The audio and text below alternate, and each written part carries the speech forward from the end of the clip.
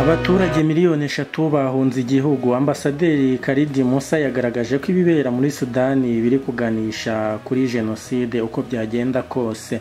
Ambasaderi wa Sudani mu Rwanda Khalid Musa Dafara Musa yagaragaje ko imiryango mpuzamahanga yirengagije nkana ibiri kubera mu gihugu cya Sudani kandi amakimbirane no kwibasira inyoko muntu bitanga ishusho y'uko ubu bwicanyi n'ibindi biri kuhabera biganisha kuri jenoside.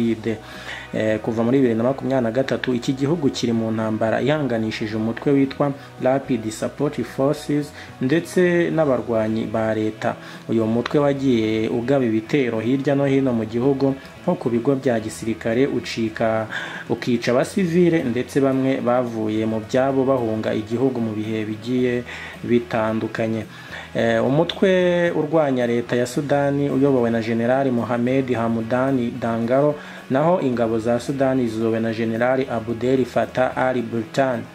Mu kiganiro n'itangazamakuru kuri uyu wa gatatu ku itariki 16 Ugushyingo 2024, Ambasaderi Khalid Musa Dafara Musa yagaragaje ko muri iki gihe intambara iri muri Sudani ivugwa cyane mu itangazamakuru mpuzamahanga nk'intambara yibagiranye, ariko ntabwo ari intambara yibagiranye nk'uko bivugwa kuko abaturage b'abasivile bakomeje kwicwa umusubirizo.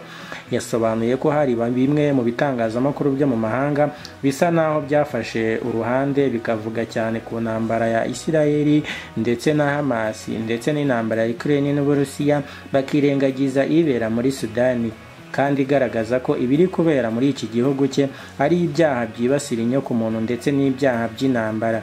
Yavuze ko iyi ntambara idahuje abajenerali nk'uko bivugwa cyane mu itangazamakuru, ahubwo ni itsinda ry'Abarabu bashaka guhirika ubutegetsi buriho.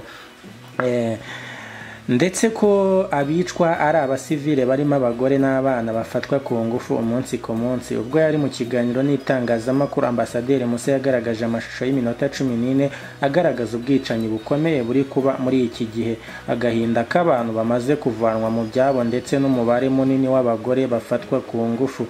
Ambasaderi Khalid Musa Dafara Musa yanabwiye itangazamakuru ko ibihumbi by'abantu bamaze kwicwa kandi benshi muri bo ni abaturage bo mu muryango muri bo ndetse abaturage nabo mu byaro.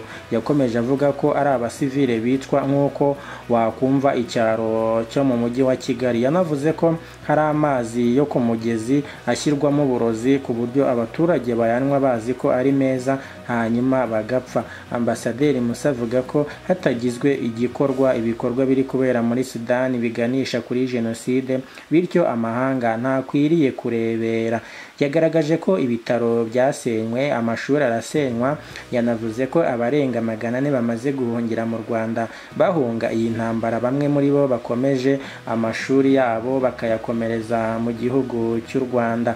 Muri Sudani hafi 95% by'abantu bamaze kuva mu byabo ku buryo batazi aho kwerekeza, ndetse hafi miliyoni 3 z'abamaze guhunga iki gihugu bajya mu bihugu bituranye na Sudani kandi bashima ko bakiriwe muri ibyo bihugu mu mahoro. Ambasaderi Musa yavuze ko abo bose bari mu nkambi nk'abantu bahunze igihugu ndetse banashimira ibihugu byabakiriye. Amakuru avuga ko iyi ntambara iri kubera muri Sudani irimo abacanshuro barenga 50,000. Ambasaderi Musa ndetse kanavuga ko abo bose nabo mu bihugu binyuranye kandi byinshi muri byo bakaba baturanye n'iki gihugu cya Sudani. Abanyafurika nibo bazikemurira ibibazo byabo. Ambasaderi Musa yavuze ko afite icyizere cy'uko Abanyafurika aribo bazashaka ibisubizo nubwo umuryango wa Afurika yunze ubumwe utaratera intambwe ishimishije mu gukemura ibibazo bibera kuri uyu mugabane.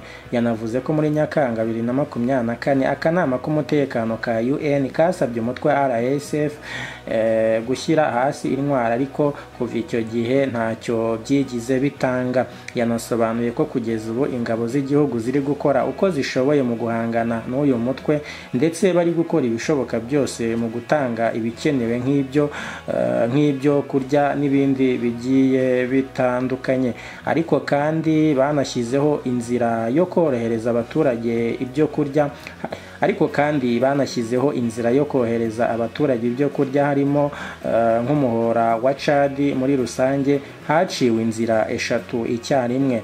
Yanavuze ko muri iki gihe harimo inzibacyuho kandi barateganya ko nyuma hazabaho igihe cyaho abaturage bazihitiramo ubutegetsi bubereye iki gihugu. Musa yavuze ko ashima cyane uruhare rwa Perezida Paul Kagame kubwo kwakira abanyasudani ndetse n'uburyo akurikirana ikibazo cyabo muri Sudani. Yanavuze ko ubu bufatanye bukomeza gushimangira imibanire y'ibihugu byombi. Batekereza kwifashisha u Rwanda mu kugarura amahoro. Ambasaderi yabajijwe iki kibazo yashubije yuko kuva muri 2003 u Rwanda rwakoze ubutumwa bw'amahoro muri iki gihugu kandi bwatanze umusaruro wari ukenewe. Avuga ko ubu nta biganiro birabaho kandi mu gihugu nta mahoro ahari, ubu ntabwo batekereza ubutumwa bw'amahoro. Musa yavuze ko mu gihe cyose haba hagarutse amahoro mu gihugu cyabo, u Rwanda rwaba ruri mu bihugu bizifashishwa cyane mu kubunga ndetse no gushaka amahoro muri Sudani. Ashimangira ko ibiri kubera muri Sudani biganisha kuri jenoside, nk'uko yakomeje abivuga ko ari ibyaha byibasira inyokomuntu ndetse hari ibimenyetso bigaragaza ko jenoside ishoboka isaha n'isaha. Yavuze ko kandi ko imiryango mpuzamahanga ikwiye no gufatira ibihano abagize uruhare mu ntambara iri kubera muri icyo gihugu. Abanyasudani 4,000 bahungiye mu Rwanda. Ambasaderi Musa yavuze ko kuva iyi ntambara yatangira mu gihugu cye abantu 4,000 bamaze guhungira mu Rwanda kandi bashimira guverinoma mu buryo ibafasha gukomeza kwiyubaka no kugira uruhare muri imwe mu mishinga ihanzwe amaso. Yavuze ko hari imishinga myinshi mu Rwanda iri kwigwaho iri kugirwamo uruhare n'abanyasudani bari mu Rwanda mu nguni hafi ya zose mu Rwanda. Ese Kenya ishyigikiye uyu mutwe uri kurwanya leta ya Sudani? Musa yavuze ko nka Sudani basanzwe bafitanye umubano mwiza n'abaturage ba Kenya, ariko bamwe mu bagize guverinoma bashyigikiye uyu mutwe urwanya leta ya Sudani. Yavuze ko bitari bikwiye ko Kenya ishyigikira uyu mutwe, ahubwo bakabafasha mu kugarura amahoro. Musa navuga ko kugeza ubu ingabo z'igihugu ziri kugerageza kwisubiza bimwe mu bice by'igihugu, ku buryo hafi 70% by'abaturage bamaze kujya mu maboko y'ingabo z'igihugu ndetse bimwe mu bice by'igihugu byatangiye kubyisubiza. Nubwo bimeze gutya ariko hari abaturage bo muri Nigeria, Chad, Uganda, Sudani y'Epfo n'abandi bacanshuro bahuje imbaraga kugira ngo barwane intambara muri Sudani.